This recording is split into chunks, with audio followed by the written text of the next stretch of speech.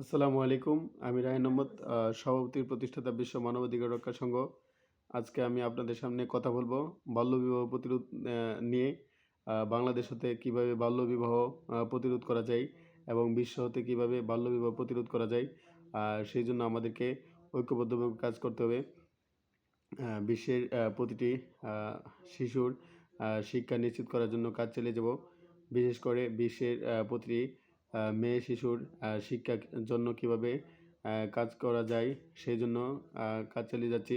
সারা বিশ্বের নির্যাতিত, নিপীড়িত, বঞ্চিত মানুষের মৌলিক মানবাধিকার নিশ্চিত করাই আমার জীবনের লক্ষ্য। বিশ্বব্রহ্মাণ্ডে মর্তালোকে সত্য নেই, শান্তি, অহিংসা, মৈত্রী, ভ্রাতৃত্ব, একতা, সংহতি, ন্যায্য ঐক্য প্রতিষ্ঠার জন্য কাজ চালিয়ে যাচ্ছি। বিশেষত ব্রাহ্মণবাড়িয়া জেলার সদর উপজেলার বাদেশ্বরা, কাসাইট, কাঞ্চনপুর, উত্তর জগৎসার, দক্ষিণ জগৎসার, চান্দপুর, বাটপাড়া, সিনাইর, চাপুর, খেওয়াই, কাজীখোলা, মোহাম্মদপুর, বুলাচং, রামরাইল,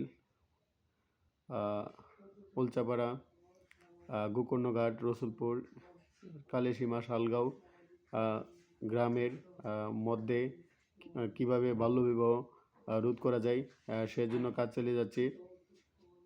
এবং রায়হান আহমদ একাডেমি এবং বিশ্ব মানবাধিকার রক্ষা সংঘ, শান্তি পাঠশালা এবং মুক্তি পাঠশালার মাধ্যমে সারা বিশ্বের সকল জীব, সকল প্রাণী ও সকল মানুষের মৌলিক মানবাধিকার নিশ্চিত করাই আমার জীবনের লক্ষ্য।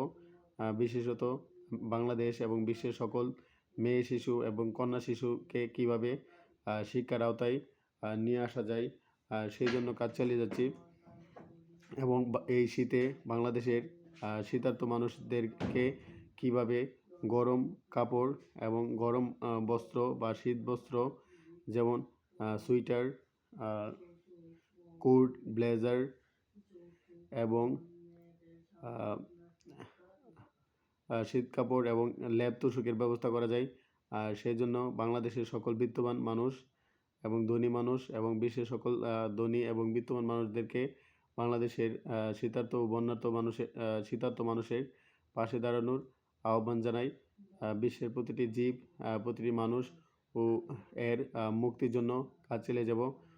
সারা বিশ্বের প্রতিটি জীব, প্রতিটি মানুষের মৌলিক মানবাধিকার নিশ্চিত করাই আমার জীবনের লক্ষ্য। আমি রায়হান আহমদ 2016 সালে চট্টগ্রাম বিশ্ববিদ্যালয়ে পড়ার সময় সারা বিশ্বের সকল জীব, সকল প্রাণী ও সকল মানুষের মুক্তির জন্য কাজ চালিয়ে গিয়েছিলাম। এবং 2021 সালে ঢাকা ইউনিভার্সিটিতে, 2022 সালে ঢাকা ইউনিভার্সিটি, 2023 সালে ঢাকা ইউনিভার্সিটি এবং 2024 সালে ঢাকা ইউনিভার্সিটিতে বিশ্বের সকল শিশু, সকল মানুষের মৌলিক মানবাধিকার নিশ্চিত করার জন্য কাজ চালিয়ে যাচ্ছি। আমার একটাই লক্ষ্য, সারা বিশ্বে সকল জীব, সকল প্রাণী ও সকল মানুষের মুক্তির জন্য কীভাবে কাজ চালিয়ে যাওয়া যায় সেজন্য কাজ চালিয়ে যাওয়া। এবং হজরত মুহাম্মদ সাল্লাল্লাহু আলাইহি ওয়াসাল্লাম, হজরত আদম আলাইহিসসালাম, হজরত ঈসা আলাইহিসসালাম, হজরত মুসা আলাইহিসসালাম, হজরত ইব্রাহিম আলাইহিসসালাম, হজরত নূহ আলাইহিসসালাম, হজরত হুদ আলাইহিসসালাম, হজরত লূত আলাইহিসসালাম, হজরত সালেহ আলাইহিসসালাম, হজরত ইসমাইল আলাইহিসসালাম, হজরত ইসহাক আলাইহিসসালাম, হজরত আইয়ুব আলাইহিসসালাম, হজরত সোহাইব আলাইহিসসালাম, হজরত জাকারিয়া আলাইহিসসালাম ও হজরত ইয়াহইয়া আলাইহিসসালামের পদাঙ্ক অনুসরণ করে সারা বিশ্বের প্রতিটি জীব, প্রতিটি প্রাণী ও মানুষের মুক্তির জন্য কাজ চালিয়ে যাব।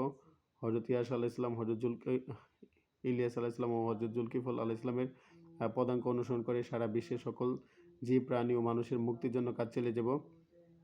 এবং রায়হান আহমদ, মহাত্মা গান্ধী, রবীন্দ্রনাথ ঠাকুর, APJ Abdul Kalam, Karl Marx, Bertrand Rasel সহ সারা বিশ্বের সকল জীব, সকল প্রাণী ও সকল মানুষের মৌলিক মানবাধিকার কীভাবে নিশ্চিত করা যায় সেই জন্য কাজ চালিয়ে যাব। এবং বাংলাদেশ হতে বাল্যবিবাহ কীভাবে দূর করা যায় India, Nepal, Bhutan, Pakistan, Thailand, Philippine, Indonesia, America, Russia, Canada, Venezuela, Paraguay, Suriname, Tahiti, Fiji, Papua New Guinea, Australia, New Zealand, Nigeria, নেদারল্যান্ডে কীভাবে বাল্যবিবাহ, ফ্রান্স, পোল্যান্ড, ইটালিতে কীভাবে বাল্যবিবাহ দূর করা যায় সেই জন্য কাজ চালিয়ে যাচ্ছি। আমার একটাই লক্ষ্য, সারা বিশ্বের সকল জীব, প্রাণী ও মানুষের মুক্তির জন্য কাজ চালিয়ে যাব ইনশাল্লাহ।